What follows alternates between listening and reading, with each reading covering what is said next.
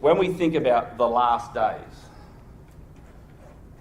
what are some of the events in the world, things that are happening, that make you think we're living at the end?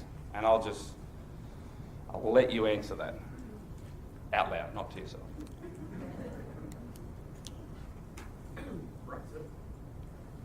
One of my favourites is Brexit, yes. How exciting was that?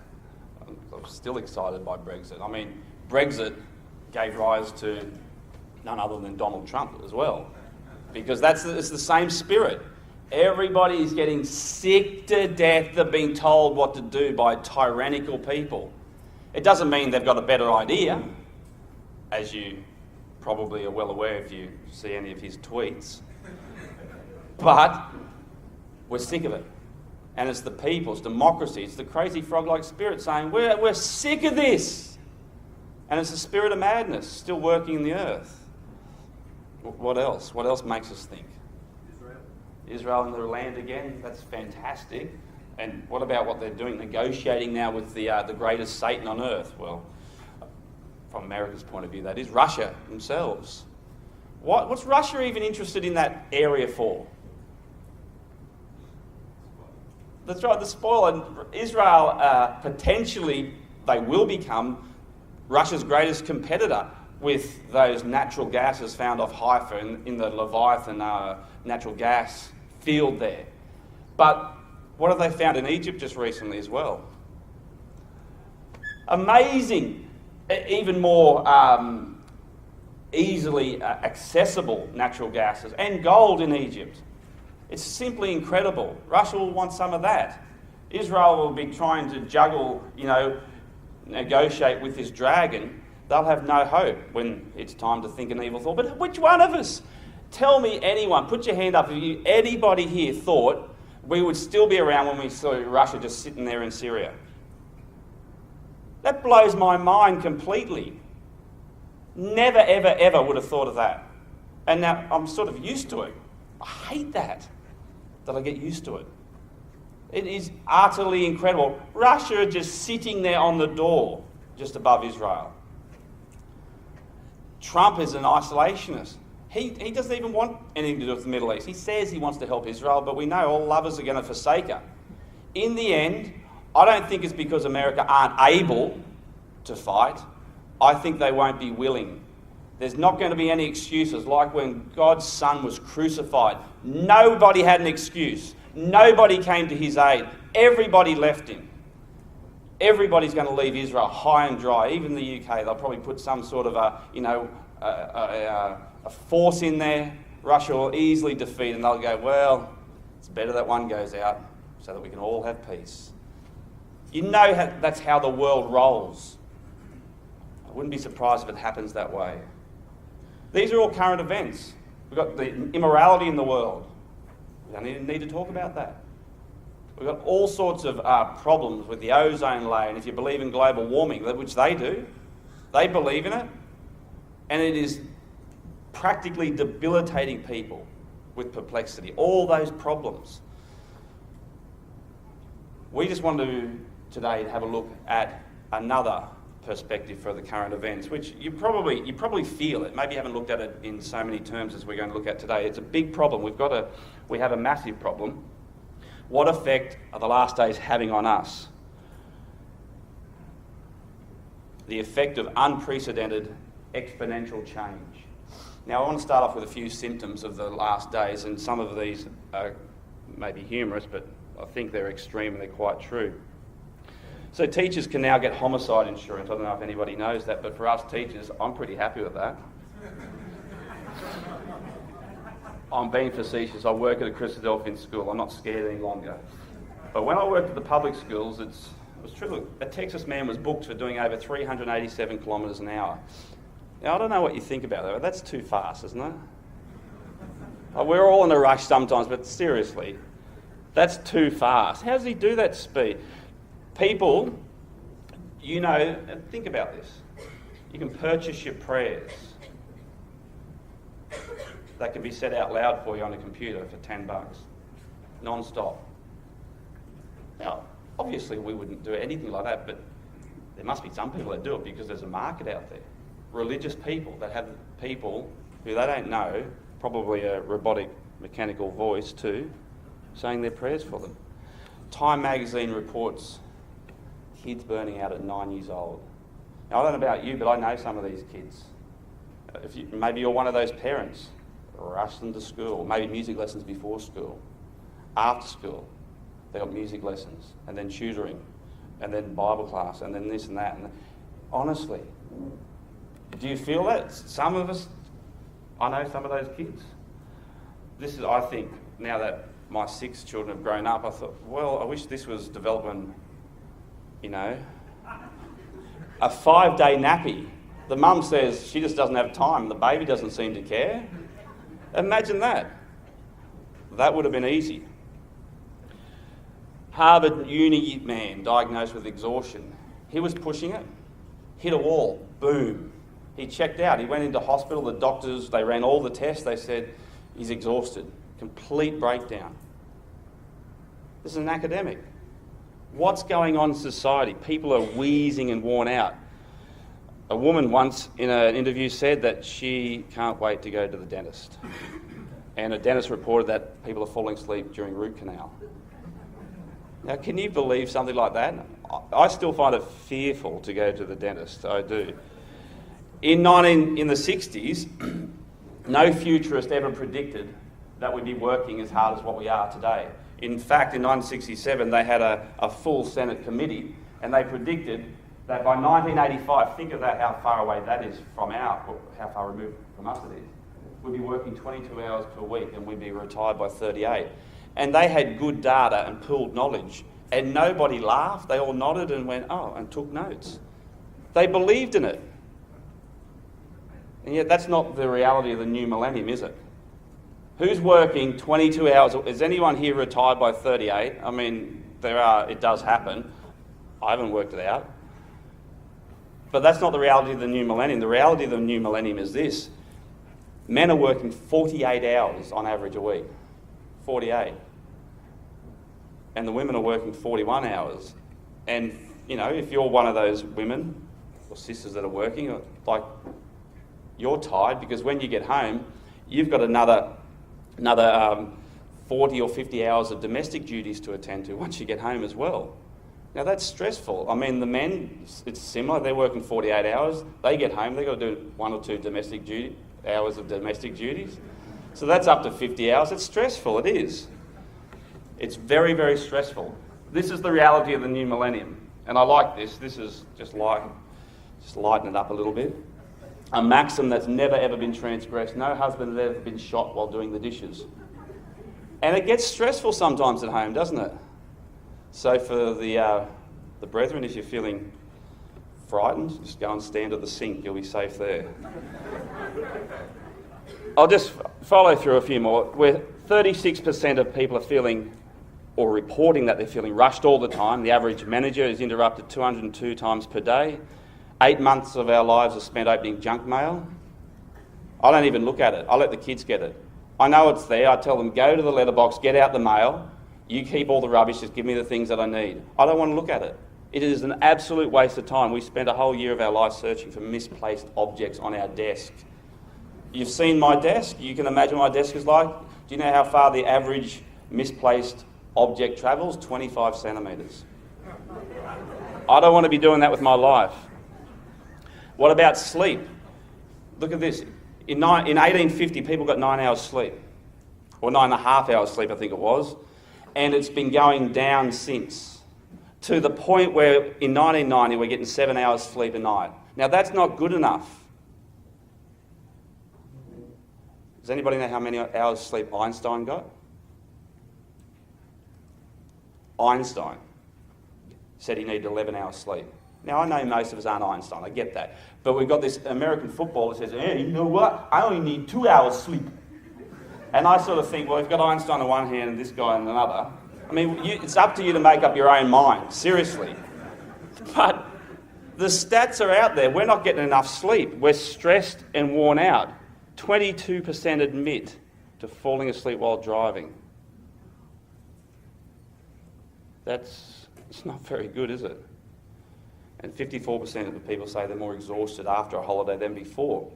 In fact, if you ask some of the more elderly brothers and sisters, they would say, well, that's what we used to do. Like 50, 60 years ago, once in the summertime for a week, you'd go to some old mouldy cabin on the beach during summer and you just vegetate for a week. You had a nice book and just read the book, and then you'd come home and you'd be all relaxed and you'd be good for another whole year. That doesn't work anymore. You can't do that. 1 week doesn't work. In fact, they had a study, I think it was out of Israel, that they took a burnt out, stressed out guy. They measured all the burnt out parameters in his life, and they gave him like a whole month away from it. And they managed to decompress all these burnt out parameters so that he was feeling good again. They sent him back into his own life. Within 3 weeks, he was back to baseline burnout. Within 3 weeks. Now, we know the story of that you can't just, for 1 week in the summertime, recharge your batteries. It doesn't work.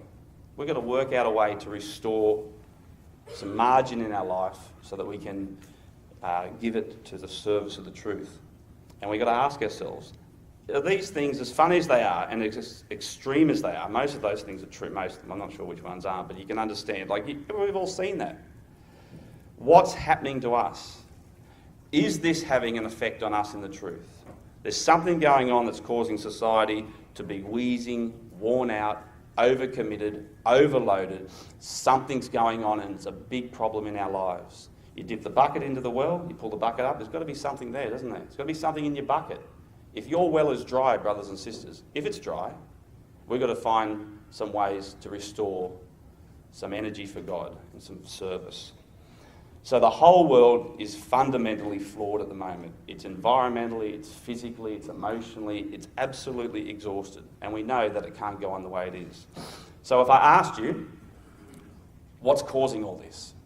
The first and easiest answer is obviously 2 Timothy 3, we're in the last days, things are really, really bad. We know that, it's the way it is. But the reason is this thing called, am I going forwards or backwards? This thing called progress, okay? Now, progress is biblically normal, okay? God said when he made the world for us to go and work on the earth. Everybody progresses. I'm not finished yet, and God still has progress for me. But progress works like this, and progress is not as pure as we would like it to be. It works through these are the biggest words I have ever said, and I won't say them again: differentiation, proliferation, and combination. So what does that mean? How does progress work? Well, if we cut down a tree, dragged it in here, laid it down, said, progress, would you be a deer and differentiate the tree for us? You know what progress would do? Make nice podiums like this, platforms, tables, wooden spoons, and that's what progress would do. That's how it differentiates. It breaks things up into smaller things, smaller bits. Once we used to have a day, and then someone said, let's invent a sundial. And all of a sudden our day's been carved up, not just into hours, but now into minutes and seconds and nanoseconds, and we're on our toes. And then after that, everything just proliferates and combines together, and we have the world in which we are living in. Now, this is whether you accept this or not, it doesn't matter. This is the river we're all swimming in.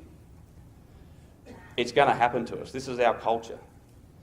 And one thing's for sure, absolutely every single time, without exception, progress gives us more and more of everything faster and faster, and it leads to more stress, change, complexity, speed, and overload. Now, I think when you look up at that list there, some of those things you probably get and you know what they mean. We're going to go through each one of them, just think about them just for a little bit. And see if your life, as you're using this as a sounding board, ask yourself, how can I start to cut down? Because that's how I want to finish off, with a few slides thinking about how can we start just to pull back a little bit. Just a little bit. Because if I said to you, is this year going fast to you? Do you think this year's going fast? To me, I rate this as the fastest year I've ever had in my life. But I said that last year. And I said that the year before that. And I said it the year before that too. And it just seems like everything's getting faster and faster. It's absolutely crazy. So take the first one. Is stress. Is stress bad? What do you think? Is stress bad? Depends, doesn't it? It's a value-neutral word, okay? Stress, one definition of stress is our ability to adapt to change. Now, change is going at a lightning pace, and stress, we need some stress in our life. If you said you don't want any stress, and I just parked you in the chair there, and come check your pulse in 6 months, you'd be dead. You'd be a skeleton by then. You need some sort of stress in your life. And so they did tests between a high-stress environment and a low-stress environment. Guess which one they chose? Have a guess which one people chose. High-stress environment. And you'd choose it too, but you'd say, well, I'd like to choose it for myself. But you know, kids have got a word for the low-stress environment. Does anybody know what that is? Boring. And the thing is, you don't like it any more than they do. It's just that you haven't been bored for 10 years. So you forget that you hate it as much as they do. And I know what this is like because I want everything to stop, but my house, as you can well imagine, does not ever stop.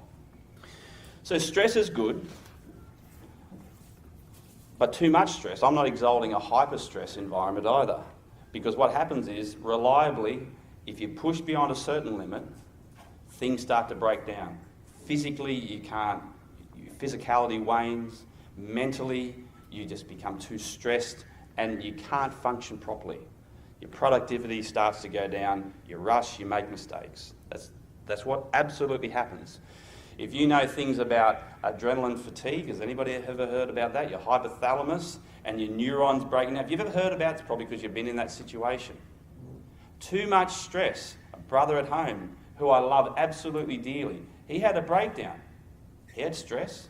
His was a lot of ecclesial stress too. That's not usually the diagnosis though, is it? That we've got so much ecclesial stress. Usually it's because we're trying to force the ecclesia into our already stressful lives that we could, if we learned, to cut down a little bit. This brother, he absolutely hit the wall and he couldn't sleep. For 2 weeks, he did all the normal things. He went to work, kissed his wife goodbye, he played with the kids, but at night he just sat there in the chair and he was wired, shaking like this, and he couldn't sleep for 2 weeks, and then it came, boom, it hit. Too much adrenaline. And it took him over 12 months to claw his way back out of that, and he's never as good as what he once was. Now, that's happening to people out there. It may have happened to you or be happening to you. All of us have been bumping on there for some time. We all feel it. There's absolutely no doubt at all. So these are the observations. Now, what about change? What about change? Is change good? Of course not. I'm not perfect, as I said before. God's got a lot of change for me to do. But what's happening at the moment is change is going at such an unbelievable rate. It's blinding us. We actually can't compute it properly. I'll give you a couple of examples, right? So the kids would know this.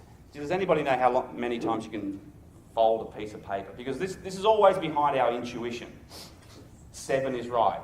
Now, the first time I did that, I said, that's rubbish. And I folded and got really fat, and I went, oh, I can't even get the 7th fold. But just suspend disbelief for a moment. Does anybody know how wide that bit of paper would be if you could fold it 40 times? It would reach from here to the moon. Now, unless you're a whiz mathematician like our brother over there, you wouldn't know that. Because our intuition is always way behind the curve. But change is going at such an exponential rate, we can't keep up with it. For example, in 1800, there was 1 billion people on Earth. Now, I don't know how long it took, how long we've been here. A few thousand years, 1 billion people, 1800. 1 billion. And then, 130 years later, they had a party and they got to 2 billion. But it only took 30 years after that to reach 3 billion. And then, 15 years later, we got to 4. Now that's an odd number. How many is that, Chris? I only do English, and not very well either. 5 billion people after, is that 12 years? You think, oh, maybe it's slowing down a bit. 998, we've got 6 billion. So 1,800 years to reach 1 billion, then it only took 200 years to reach 6 billion. Now, you think, okay, well, so what? Well, I want to show you what that looks like on a graph. That's what it looks like. Everyone's seen exponentiality on a graph. It's a hockey stick curve. It actually never goes vertical, but the thrust is almost like a rocket ship taking off. And our brains are always here because day to day, things don't happen and change like this from day to day. It's unseen. But if you graph it, you can see it. Some of the older brothers and sisters, I mean, it's not even that well done, but at least you get some sort of visualisation. Some of the older brothers and sisters are born just before the curve. Like by the 30s and 60s, like 30s, 40s and 50s, things are really starting to puff along. But most of us have been born here in this vertical thrust, and it's just our culture and our life. But it hasn't been like that all the time. And that's what's scary. Scary because the new generation don't understand the old, and the old don't understand the new. And what's all this stress? Because they've got good habits and practices. And they're probably feeling a little bit busier than what they ever were, but they're nowhere near as busy as us.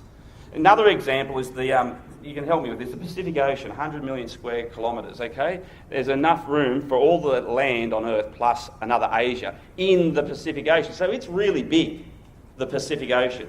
Now just let's assume for a moment that it dries up and it's our job to refill it. And we start with a single drop of water. And we continue to double the amount. So we go from 1 to 2, from 2 to 4, from 4 to 8, from 8 to 16, from 16 to 32. That's 5 doublings. Then I go to 32 drops. Now, I'm going to get lost now. 32 to 64, then 60. That's it for me. So, have a guess. How many doublings will it take before we fill it up again? Now, there's always somebody that goes, 16. I'm going to need another drink now, you said that. Right? It's 80. If you wanted to know, it's about 80. I mean, this is good science. I didn't do it, obviously, but 80. But what happens is, look at this. How full is the ocean? This is why we don't get it. How full is the ocean at the 70th doubling? We think, we'd be swimming. Swimming is hardly a puddle. It's actually less than 1/10 of 1% full at the 70th doubling. And then all of a sudden, things get crazy. And so at the 79th doubling, it's half full, then blink and bam, it's gone. Like that. That's the world we live in. We're in the 70s. When Shakespeare was a young lad, and when Shakespeare died at 80, whatever it was, if you took a snapshot of the world when he was young, and a snapshot of Shakespeare's world at the end of his life, you wouldn't even see any change. This didn't even happen to him. Nothing. That's our world. It hadn't even happened. There was no measurable change. Everything was linear and progressive and just really nice. We have a sister who's passed on now, but she lived 107. She had seen more change in her life than in all recorded history. In the last 100 years, we've gone through more change than in all recorded history. They predict that in the next 20 years, in the next 20 years, we're going to go through another 100 years worth of change. Does that make sense? Probably not. But this guy called Ray Kurzweil said, let me read it exactly. In 100 years, in one more 100 years, we're going to go through 20,000 years worth of change. Except it can't. That's impossible. It's never going to happen. The Father is not going to sit still for that long. I'm showing you these things because you've got to be aware that if we're stressed, like my father used to say to me, like, what is all this stress leave that people had? Never had it in my day. It's true. They didn't. They didn't have it. And I could never understand it either. This is why. We've got no margin anymore. The margin is how much you can carry, your load and your limits. And there's the disparity in between. People used to have a bit of margin. Even busy people. A little bit of margin. If you can carry 10 bricks, and you can carry 8 bricks, and you can carry 5 bricks, I put one more brick on any of you, what are you in? You're in overload. It doesn't matter who you are. Everybody's got their own capabilities. But if you've got no margin, then you're already maximally loaded up. How does that affect the truth? You may never have heard it put like this. One man said, "Man is flying too fast for a world that is round. Soon he will catch up with himself in a great rear-end collision." And it's true, like, it's fast, but I need it to go faster because I'm not getting things done. I'm rushed all the time and I never have enough time for anything. Enough time to do the readings with the kids, enough time to do first principles with my daughter, who asked me she doesn't want to do it because she's always going out to these classes and this and that with her friends. And then when she wants to do it, I want to do it now.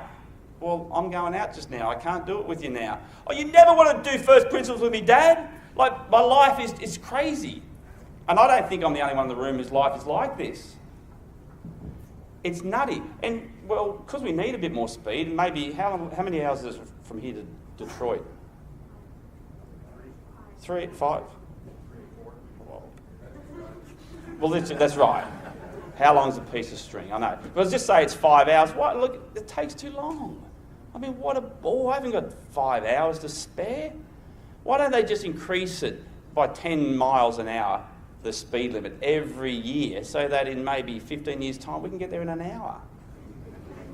Why don't they do that? Because reliably, fast is good. Fast is even okay, but too fast, reliably, things that break down. You'll crash and burn in the end. And you've got to know when to stop. You've got to know when to stop. And we're overloaded, physically, emotionally, financially, and even in our time. We are absolutely overloaded. And I'm suggesting, brothers and sisters, that it's the truth every time that suffers. If I could stand up here and say, brothers and sisters, we're overloaded in the truth. Like Moses says, stop being so willing. Stop bringing so much for the temple of God, for the tabernacle. It's too much. If only we could say that. No one's saying that, are they? You ever heard a recorder say, listen, brothers and sisters, you're far too willing. We've got too many volunteers in our meeting. I mean, I've never heard that in my life. Any volunteers, there's a stampede for the door. Because we all feel we're maximally loaded up and we haven't got any time left. It's terrible. It really is. This is telling me why we know that the Lord Jesus Christ is close. So if we've got no margin, or even if we're getting up to 100%, so we're maximally loaded, like if your car is maximally loaded, there's usually, when you're on the interstate, there's a red light that comes on and says, you've got to pull over. You may not even know what it is, but something's going on. It's too hot, maybe less oil or not enough water. Wish I had a light on the end of my nose that said, you're getting overloaded, man. I mean, it'd be going off all the time, but there are symptoms. And we ask, it's a good question though, isn't it? It's an important question because these things are at stake. Our productivity, our longevity, our morale in the truth, our happiness. You know, down there it says joy. Have you ever heard people say, I've heard someone say, Christians have no joy. You think, what? God promises us blessing. It means happiness, joy. Hundreds of times in the Bible, it's our birthright. That's a sad thing, if it's true. Christians have no joy. Everything that affects our godliness and our efficiency and our service to God. So what are some of the symptom complexes? You can find yourself up there. Look at that. Apathy, withdrawal, depression. Who hasn't been there? Work dread, just can't get out of bed on Monday morning. Do not want to face it, can't do it. Or not facing Bible class or going to the hall on Sunday. It's too much. Just way, way too much. Cannot do it. Exhaustion, burnout. Some people, when they get too stressed, they have moral failure and relational problems. Now you can see a cluster of yourself there. I mean, I don't get irritable bowel. Some people do. I'm not even a comfort eater. Some people are. I get headaches though. I get irritable. The kids are like, who are you, Dad? Like, what happened to our real dad? I get irritable. And it just happens. It just comes up on me. I don't have that light on the end of my nose. And so you can find yourself there. You've got to know your individual symptoms. It's very important. So if I just role play for you, we've got 80% down this end, 100% and 120%. Now you imagine, brothers and sisters, you're at 80% and you're feeling, you're busy. Because, by the way, I'm not telling you, I'm not pro-laziness. I'm pro-martyr. We've got to be energetic and positive and dynamic in the truth. We've got to give our lives and sacrifice to God. But you've got to have something to give. So at 80%, you get a phone call. Could you fill in for the Bible class, Brother Matt? Could you fill in? And I go, this week? Well, sure, thanks for asking. I've got a class or two up my sleeve and it'd be great to get back into that again. It'd be a pity to cancel the class, wouldn't it? She said, sure, I'd do that. No worries at all. You hang up, you're happy. And then you get the other phone call. Would you take Sunday school for 3 months because the other teacher, they've gone on mission work, we need someone to teach this class? You go, yes. I love kids. That's wonderful. Thanks for asking me. It'd be really good to get back into the lessons again. I really need that. And to share some of those lessons with the kids, because that's the next generation. We've got to pass it on. I'll do it. You get a phone call from your wife. On Friday afternoon, we should visit that family. We haven't had them over for a long time. And you say, well, when are we going to do it? She says, well, let's do it Saturday. Saturday, that's a great idea. Well, hang up now and ring them straight up. That'll be fantastic. Let's do it. That's 80%. Everyone's feeling good about themselves, aren't they? You get to 100% and you get that phone call, fill in for Bible class. Brother Matt, could you fill in for Bible class? You go, well, I'd want to. I'd really like to, but I'm just so maxed out at the moment. I've just got so many things in the air going. I have to go home, maybe have a family conference, ask my wife, and I really don't know how I'm going to do it at all, but I really wish I could. You know what? I'll do it. I'll just do it this one time and that's it. And you hang up and you go, man, what's happened to me? I used to be so willing and volunteer for things. And you get that take Sunday school phone call for 3 months and you go, you know what? I can't do it now. I really want to do it, but look, down the track when things get better and I have a bit of space in my calendar, let me know then. I'm really sorry, but I can't do it. And what about going out for tea? Yeah, for sure. We've got to have them over. Let's do that. But what is it now? October? Maybe January? When something opens up in our calendar? Let's try January, shall we? And, you start thinking about this, you get to 120%, I don't know, it could be 140, whatever it is on your scale. You get that phone call there, would you fill in for Bible class? And you go, stop right there. I've had enough of this. I'm sick to death of everybody like you laying their problems at my door. In fact, you can take me off the speaking list. No, even better still. My wife and I have been looking for an excuse to leave this place. We're going to another ecclesia, if you're lucky. No apologies. You just blow up. Would you take Sunday school for 3 months? You go, what? Are you kidding? I hate kids. Whatever made you think I want to do something like that? There's no way I'm doing anything like that. Where'd you get that idea from? You slam the phone down their ear and your wife says, how about we visit that family? You can visit whoever you want. I'll tell you what I'm going to do Friday afternoon when I get home. I'm going to go to my room, I'm going to push the fridge over near my bed. I've got a bunch of DVDs. I'm staying there till Monday. You do whatever you want to do. And sometimes, and it's true, because I've done that plenty of times, because I think that's been me a lot of times. And I think I'm overplaying it. People just go, yeah, that's what my life's like sometimes. It's crazy, even in Canada, which from Australia, you think we're laid back. We think Canadians, everything's cool in Canada. Do you ever feel like you're this busy? In the last days, brothers and sisters, the age in which we live is historically unmatched. The new epidemic is exhaustion. It's absolutely killing us. How can we get out of it? Through stress, change, complexity, speed and overload. As you saw, we're on that exponential curve. Now, maybe we've got a few minutes, I don't know, but we know what the answer is. Let's just talk about just for a few minutes. We know what the answer is. We've got to say no. Not to the truth. If you're one of those people that are so busy in the truth, God bless you. But just generally speaking, I'm not talking about those people. And even if you are, maybe you need to pull back a little bit. But generally, I'm speaking to the rest of us who are busy with other things, trying to push the truth and cram the truth into our already busy life. We've got to be intentional, right, to make it happen. We've got to make it happen. Look at this. History is something that happens to people. What happens is always different from what people would rather have done. So there's a difference between actual change and felt change. So I don't know if anyone's ever done this before. People think they've got no space in their world at all, no margin. Have you ever walked outside to the meter box and just hit that switch that says off? If you did that, you would have all the margin you wanted to in the world. And that's actually fun. We've done it with the kids because I thought if I'm going to use it, like once, okay, I've done it. Years ago, and the kids loved it. We had a little fire out the back.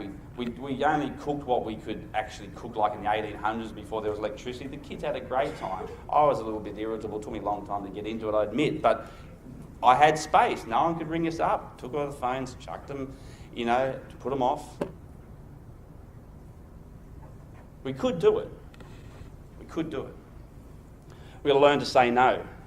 If we've got 36 hours of things to do in our life and we've only got 24 hours, even if you are maximally effective and everything just is going according to plan, you get one flat tyre, your day is gone. How many times do you get a flat tyre? How many times things go wrong in your life? That happens all the time. There's hiccups. And then you blow up at the person which you want to project the problem onto. And it's all your fault for being that busy in the first place. I know this is me again. Happens, brothers and sisters. We've got to tame technology. Time-saving technologies don't. Instead, they compress, consume and devour time. Look what we've got. Phones, emails, beepers, computers. It's incredible, isn't it?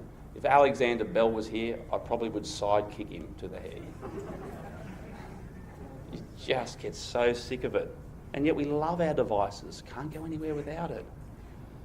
We could disconnect, as we've already said. Simplify and unclutter. Everything we own owns us. We only use 20% of what we own. That's incredible. So you've got the 80-20 rule there. 20% of what we own. You think about that number and what you have in your own house. So theoretically, you could go home and throw out 80% of what you have and still have a good life. 80%. Like, it's funny, isn't it? Where do they get these numbers from? And how do they get into my place in the first place? It's true. Everything we own owns us. We've got to maintain it. It takes time. I don't know if you like washing cars, mowing lawns. I don't like doing those things. I hate it. I hate mowing lawns. I pay my kids any time to do it. I don't find it enjoyable. Maybe you do. It's a good time to relax. Maybe washing the car is. But to me, it just owns me. I'm not washing you. Wash yourself. I wish it would rain. We've got to cultivate contentment. It's a conscious decision. And we know this. If only I had that. If I had that, I'd be happy then. It's not true. Give a man everything he wants, and at that moment, everything will not be everything. There's no threshold of satiety provable in economic theory. In other words, if you give somebody everything, they still want more. Now, none of us believe it. No middle class believe it, but it's true. Those people that have run the rainbow out to the end and scrambled for everything and have been depressed and broken relationships and had a broken life because of it, they realise there's no pot of gold at the end of it. Absolutely not. We're to slow the pace and eliminate hurry. And I know these are just words, brothers and sisters. I know you're thinking, yeah, well, it's easier said than done. I get it. We're in that vertical thrust of that graph. But you at least need to be aware of these things. Like, besides the fact that Russia's in Syria, and the morality of the world's bad, and the ozone layer is probably depleting, and there are so many problems with the world. This is another reason why we know Christ is going to return. Control our debt, that gets out of hand. We see too much, we want too much, we buy too much, then we owe too much. And that's true, isn't it? Massive debt has been normalised in the last 20 years. It's a way of keeping us chained. Absolutely true. We need to nourish our relationships. We need to sit down with somebody. When you're at the ecclesia just shaking hands with 50 people, stop. Ask somebody, how are you going? They'll tell you. But be interested in them. Actually project your interest. Be interested in them. Let them speak. It's measurably cathartic to let someone just tell you, like, I've had a bad week, I did this. Don't say, well, you should have done this, this and that. That's a male thing to do. I do it all the time. No one takes my advice anyway. Just let them speak. They'll feel better for it. You'll make a connection with that brother and sister. We need to connect more in our ecclesias. We are living in the last days, brothers and sisters. It is incredible.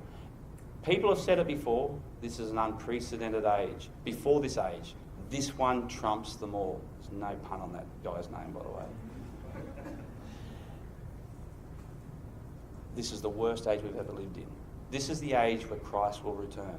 He's going to squeeze us, he's going to test our faith and our resolve, but we've got to be here for him. And we've got to remain faithful and somehow keep our heads